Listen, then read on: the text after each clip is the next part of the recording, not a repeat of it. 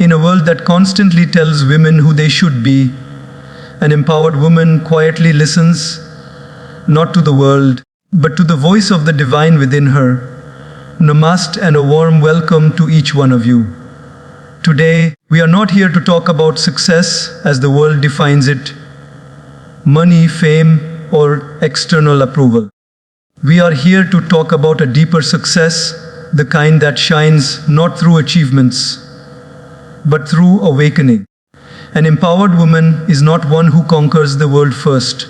She is one who first conquers herself, her fears, her doubts, her ego.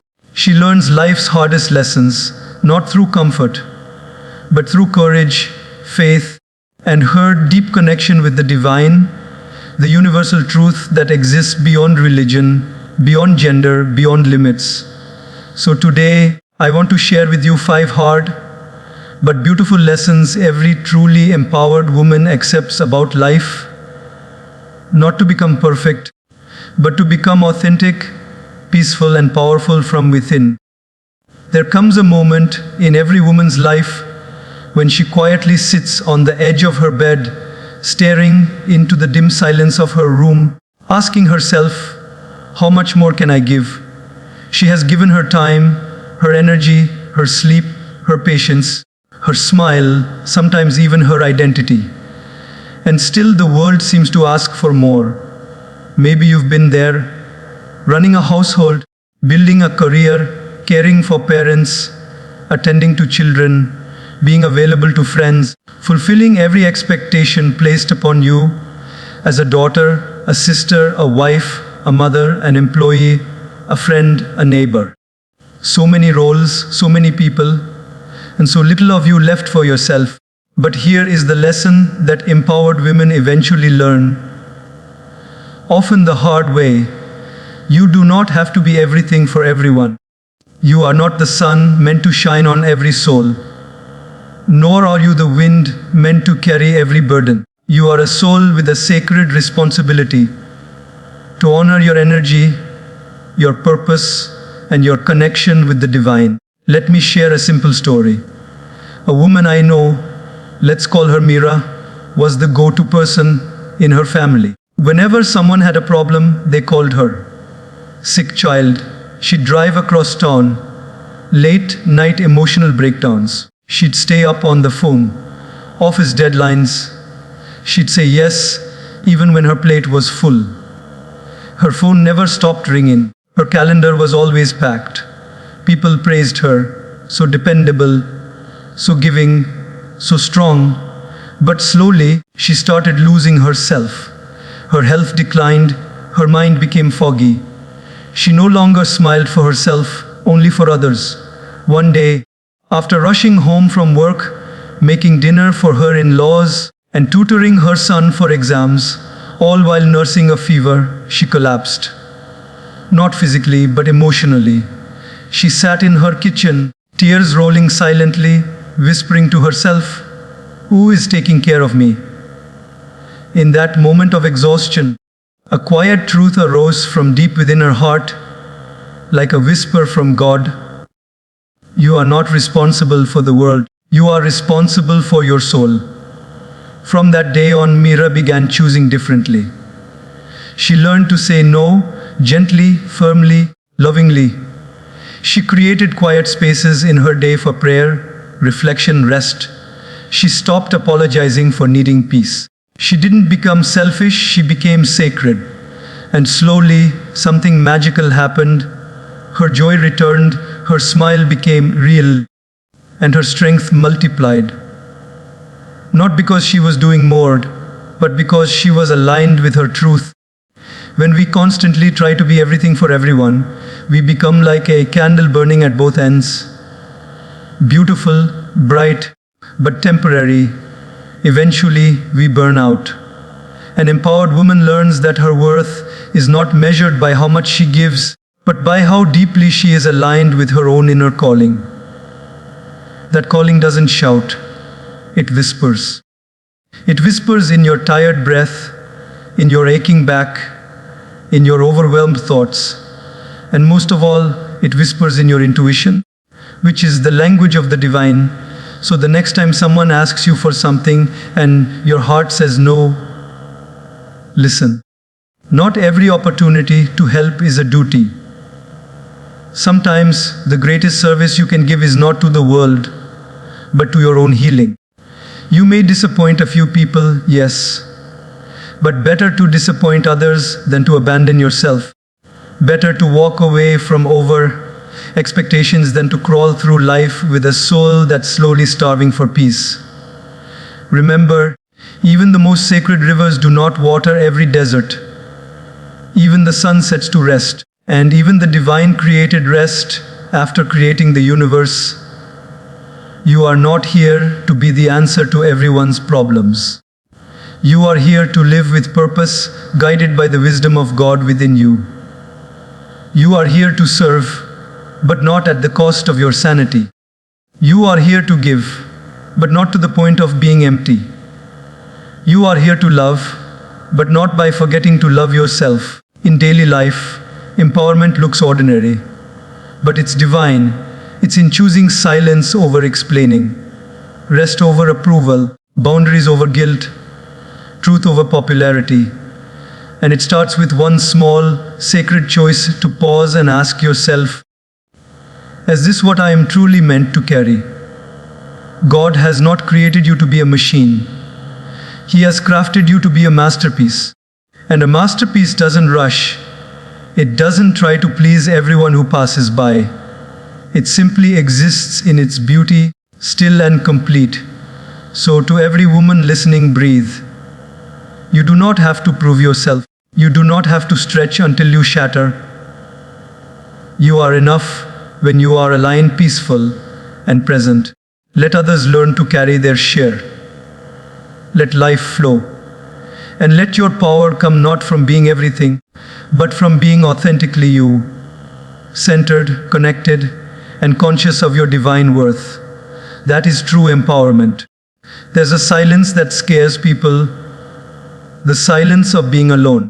Many women are taught from childhood that their worth is proven in how surrounded they are by friends, by family, by relationships, by appreciation. Society often glorifies a woman only when she belongs to someone, as a daughter, a wife, a mother, a friend. But what happens when, for a moment, she belongs only to herself? The truth is, life will give every empowered woman a season of solitude. And not as punishment, but as a sacred calling. It might be after a breakup, when the phone stops ringing. It might be during the quiet hours of early motherhood, when the world sleeps but you're awake, unsure and alone. It might be after moving to a new city for work, where you eat dinner in silence while everyone else seems to have someone. This moment, this space where you feel the echo of your own breath, is not loneliness, it is sacred aloneness. And the empowered woman learns, in time, that this is where God speaks the loudest. Let me share with you the story of a woman named Ananya. She was a high achiever, always surrounded by people. The friend everyone called, the cousin who showed up early for family functions, the co-worker who organized the parties. Her calendar was full, her weekends were booked, her phone buzzed like a beehive. But then came life's turn. A long-term relationship ended. Her closest friends moved abroad. A job change took her to a city where she didn't know a soul. One by one, the noises in her life fell silent. She called it the lonely year. At first, she tried to resist it, scrolling endlessly on her phone, watching others live their colorful, connected lives online, while she sat in bed eating dinner alone. She would force small talk with neighbors, join every social club, try to fix her loneliness. But nothing filled the void, and then one day she stopped fighting it. She turned off her notifications. She took a walk alone, not to reach anywhere, but to feel the air. She sat under a tree in the park and watched the sky slowly change colors. For the first time, she wasn't running from her own company. She was learning to sit in it. And it was in that quietness that she felt something unfamiliar yet ancient, a presence. A presence that was soft, warm, silent, but not empty. It felt like the divine, like life whispering, "You were never truly alone. You were just disconnected from me." That day, she realized the difference between being alone and being lonely. Loneliness is when you are disconnected from yourself and God. Aloneness is when you are deeply connected to both. You see, the empowered woman no longer sees solitude as a threat to her identity. She sees it as a temple, a sacred space where she rediscovers who she is beneath all the roles and responsibilities. She understands that not every silence is hollow. Some silences are sacred, because in the absence of noise, her soul becomes audible. She begins to hear her own thoughts clearly, and more importantly, she starts to question them. Why do I feel I'm not enough? Why do I constantly seek approval? Why am I afraid of this quiet? And in those moments, she doesn't receive all the answers, but she receives something better: awareness. And from awareness comes strength. Think of the lotus. It does not bloom in crowds. It blooms in the stillness of the water, in solitude. The world admires its beauty, but the lotus was born in quiet. The same is true for a woman. Some of the strongest women you'll meet are not the loudest. They are the ones who have walked through the fire of solitude and emerged not bitter, but better, more graceful, more clear, more calm. They no longer depend on others to fill the void inside them, because they've discovered that the divine already lives within that void. So if you find yourself in a season where the room is quiet, where your phone is silent, where no one checks in as often as they used to, don't rush to fill that space. Sit with it, light a candle, make tea, watch the wind, speak to God, not out of desperation, but out of intimacy. Say, "I know you are here. I know this space is holy. Help me grow through it." You will find that in that quietness you begin to shine, not because others see you, but because you finally see yourself. Not through a mirror, not through society's lens, but through your own spiritual clarity. So let the world misunderstand your silence. Let it mislabel your solitude. Because you know the truth, you are not lonely. You are becoming whole. And when a woman becomes whole, she no longer begs for connection. She becomes the connection between strength and softness, between stillness and fire, between self and spirit. And that, my dear listener, is not loneliness. That is divine aloneness. There are moments in life when holding on feels like the brave thing to do. Holding on to relationships, memories, identities, expectations, because letting go feels like surrender, like giving up. We are taught that persistence is strength. That if we hold tighter, love harder, try more, things will work out. But what no one tells you is that sometimes the strongest act of love for yourself, for others, and for your soul is to let go.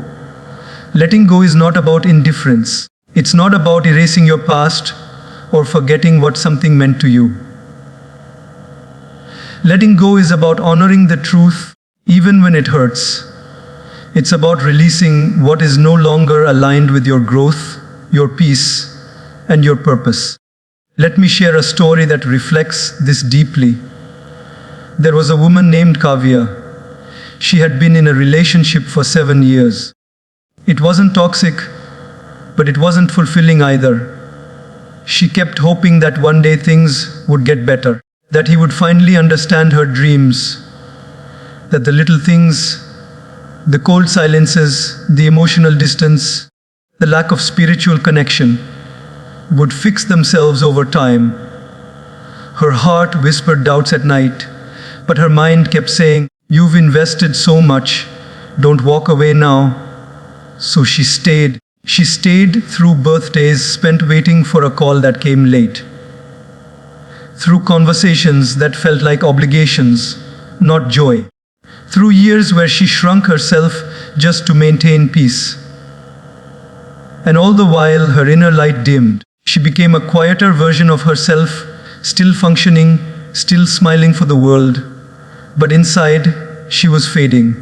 One day, after a particularly hollow evening, she stood in front of the mirror, not to check her appearance, but to look into her own eyes. And what she saw startled her. A woman who looked tired of pretending, not angry, not bitter, just tired. And in that moment, a powerful realization washed over her, not like lightning, but like a quiet tide. I am not living in truth. And if I continue, I will lose myself. So she let go, not in rage, not in rebellion, but in deep respect for what it was, for what it no longer could be, and for who she was becoming. And yes, it was painful. The silence after separation felt like a storm. The mind played memories like old songs, making her doubt her choice. But slowly, something beautiful began to grow in the space that letting go had created. It was peace. Not happiness, not yet, but peace. The kind of peace that comes when your soul breathes again after years of holding its breath. You see, letting go doesn't always mean removing someone from your life. Sometimes it means letting go of the fantasy of who they could be. Sometimes it's about letting go of who you were when you accepted less than you deserved. Sometimes it's about releasing a version of your life that you've outgrown. And this applies to so many areas, not just relationships. Letting go of a job that drains you, even if it looks impressive from the outside. Letting go of friendships that no longer nourish you, even if they're long-standing. Letting go of habits, patterns, fears that keep you stuck in circles. Every time you release something that no longer aligns with your truth, you make space for something higher, something more sacred, something that the divine had been waiting to give you but couldn't, because your hands were too full of what you refused to drop. Yes, letting go is painful. It's messy, it's uncertain, but so is birth. And sometimes letting go is not the end. It is the beginning of a truer, freer life. Think of nature. The tree doesn't cling to every leaf. The river doesn't hold on to every stone. The sky lets the clouds pass. Nothing in nature resists change, and yet everything in nature is powerful. Why then do we believe that holding on is the only form of strength? Real strength is silent. It's spiritual. It's in the woman who walks away from what once defined her, with grace in her heart and tears in her eyes, but clarity in her soul. It's in the woman who chooses peace over pride, truth over comfort, freedom over familiarity. And you don't have to wait for rock bottom to make that choice. You can listen to the whispers before they become screams. You can honor the discomfort as a message from your inner self, the part of you that is always connected to God, always wise, always waiting for you to hear. When you finally let go, you'll notice that the weight you were carrying was not just external. It was inside your heart, a heaviness you got used to, a sadness you learned to ignore. And when it lifts, you may cry, not out of pain, but out of relief. Because in that space, you will meet yourself again. Not the version shaped by others' expectations. Not the version that stayed silent to keep peace, but the version that knows her worth. The version that trusts the flow of life. The version that says, if I must choose between losing others or losing myself, either choose me. And in that choice, you will not be alone.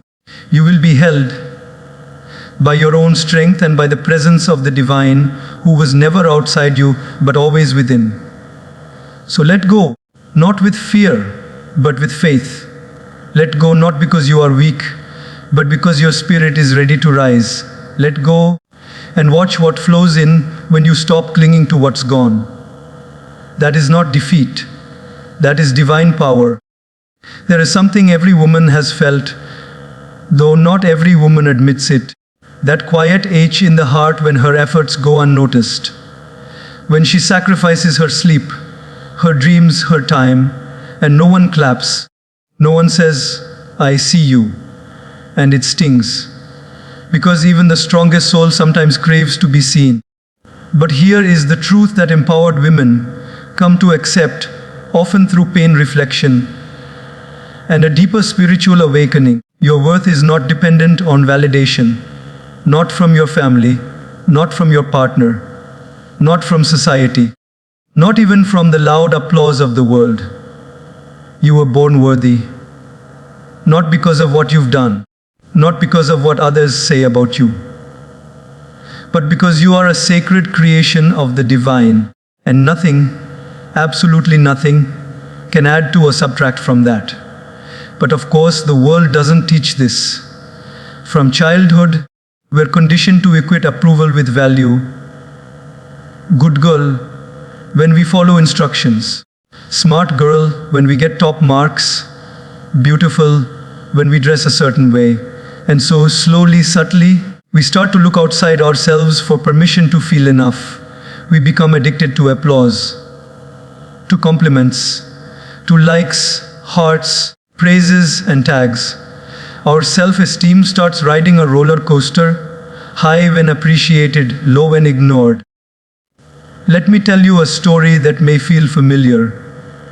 A woman named Ria worked in a corporate office where she gave everything. Long hours, brilliant ideas, consistent results. She was the first to arrive and the last to leave. And yet, her efforts were often taken for granted. Her male colleague, less efficient, less sincere, kept getting the spotlight. Ria waited for the recognition, the promotion, the pat on the back. It never came. At first, she tried harder. Then she felt bitter. Then she began to doubt herself. Am I even good enough? She whispered to herself one night while reviewing yet another report alone, while others celebrated at a team dinner she wasn't invited to. But then something shifted. She stopped waiting. One morning, after her meditation, she looked in the mirror, not to check her makeup or fix her hair, but to look into her own eyes. And with tears welling up, she told herself, I see you, I value you, and I will not wait for the world to recognize what I already know. That day, she stopped performing for applause and started living for alignment. She still worked hard, but not to be seen. She worked as an offering to the God within her. Her peace returned, her glow came back. And while the recognition came eventually, it no longer mattered the way it once did. Because she had remembered something powerful. Her worth was never on sale. Validation is sweet, but it is not food for the soul. It is the spice, not the meal. If you live for others' approval, you will starve when they forget to offer it. But if you live from your inner truth, you will always be nourished from the inside out. Imagine a diamond buried underground. Just because no one sees it, does it lose its value? No. The diamond doesn't ask to be found. It simply exists, precious, unshaken. Whether in the earth or in a ring, you are that diamond. You do not need the world to polish you with praise to prove your value. You don't need to post your life online to feel that it matters. You don't need your name on an award, your face in the spotlight, or 1,000 followers to be enough. Your existence is divine. You breathing, thinking, living, that is already a miracle, already a masterpiece. The empowered woman stops seeking applause from the outside and starts seeking alignment from the inside. She stops asking, do they like me? And starts asking, do I respect myself when I look in the mirror? She understands that sometimes the most powerful recognition doesn't come from the crowd. It comes from silence, from the voice that says, I am proud of how I carried myself today. I stood in truth even when it was lonely. I chose peace over performance. And that voice, pure, honest, divine, is worth more than any standing ovation. Does this mean you should shut out compliments? No. Accept them with grace. Smile when someone praises you. Celebrate it, but never become dependent on it. Let validation be a visitor, not your home. Because the day the applause fades, and it will, the only thing that will keep you standing is your self-respect, your inner compass, your connection with the divine within. In daily life, practice this. When you cook a meal, do it with love, not for praise. When you help someone, do it as service, not for recognition. When you choose integrity, do it for your soul, not for applause. Slowly, you will notice something beautiful happening. You will start glowing, not from attention, but from alignment. You will move through the world with quiet confidence. You will speak less to impress and more to express. You will show up fully, not to be seen, but because you see yourself clearly now. And the world, ironically, it starts to notice you more when you no longer need it to. But even if it doesn't, you're free. Because your value was never theirs to give. It was already within you since the beginning of time. We live in a world where women are often celebrated for being selfless. Always available, always saying yes, always adjusting. From the moment a girl becomes aware of the world around her, she is subtly taught that her goodness is measured by how much of herself she gives away. But there comes a time in every empowered woman's life when she realizes love does not mean saying yes to everything. Kindness does not mean accepting disrespect. And strength does not mean tolerating what drains your spirit. At that moment, she learns one of the most powerful lessons of her life. Boundaries are not walls to keep people out. They are doors that show others how to enter your life with respect. There is a myth that saying no is selfish, that setting limits means you're difficult, that distancing yourself from toxic energy is dramatic. But listen closely. Boundaries are not a sign of rebellion. They are a sacred act of self-respect. Let me take you into a moment you might recognize. A woman named Meera was the go-to person for everyone. Her phone was always ringing.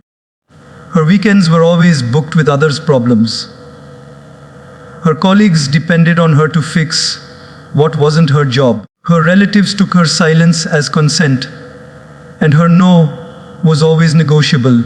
She was exhausted, not physically alone, but spiritually. Because she was constantly pouring from a cup that was never full. Every day she gave a piece of herself away. And every night she wondered why she felt so empty. Then one morning, during a quiet moment with herself, she asked a question that cracked her open. Why do I feel guilty for taking care of myself? And the answer came, not from the outside, but from within. She had confused sacrifice with love. She had confused endurance with virtue. And most painfully, she had believed that her worth came from how much she could stretch. So she made a bold decision. She began to set boundaries, small ones at first, not replying immediately to every message, saying, I am not available today, not attending every gathering, not explaining every decision. And something magical happened. At first, people pushed back. You've changed, they said. Why are you being distant? But Meera stood firm, not with anger, but with grace. Because she wasn't being distant. She was coming closer to herself. She discovered that when you stop over explaining your limits, you start attracting people who already respect them. Boundaries do not mean cutting people off. They mean cutting off the behaviors that hurt you. They are not punishments. They are protections. They are not ego-driven. They are soul-driven. Think of it like this: you lock your door at night not because you hate the world outside, but because you honor the peace inside. That's what boundaries are. They are spiritual locks. Not to isolate you, but to insulate your energy, your time, your joy. An empowered woman knows that her time is sacred. Her energy is not infinite. Her heart is not a trash can for others' pain. Her presence is a privilege, not a given. And so she learns to guard her space, not with fear, but with fierce love for herself. And make no mistake, this is not easy. Especially when you've spent your whole life being the peacemaker, the pleaser, the nice girl. Saying no will feel rude. Choosing rest will feel lazy. Prioritizing yourself will feel unnatural. But keep going. Because the more you honor your boundaries, the more you realize you were never meant to be everything for everyone. You were meant to be whole for yourself. This applies to relationships too. Love without boundaries becomes dependency. Support without limits becomes burnout. Forgiveness without accountability becomes enabling. Setting a boundary might mean saying, "I love you, but I will not tolerate being spoken to that way." Or, "I understand you're upset, but I will not take responsibility for emotions that aren't mine." Or even simply, "I need space, and that's okay." You do not need to shout these boundaries. You don't need to justify them with essays. The most powerful boundaries are quiet, consistent, and calm. And what you'll find is this: the people who truly value you will adjust to your boundaries. The ones who benefited from your lack of them may fall away. Let them. Because what remains after that is real. And you will finally stop watering dead plants, hoping they'll bloom. Boundaries don't make you hard. They help you soften. Because you're no longer carrying resentment.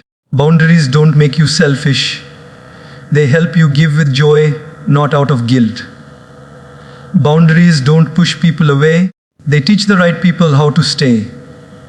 And spiritually, boundaries are also an offering. When you protect your peace, you're honoring the divine presence within you. You're saying, "This soul, this heart, this energy belongs to the higher purpose I'm here to fulfill." So set your boundaries. Speak your needs. Protect your energy. Not because you are cruel, but because you are clear.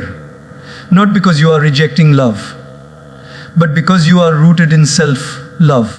Not because you are unkind, but because you are becoming unshakable.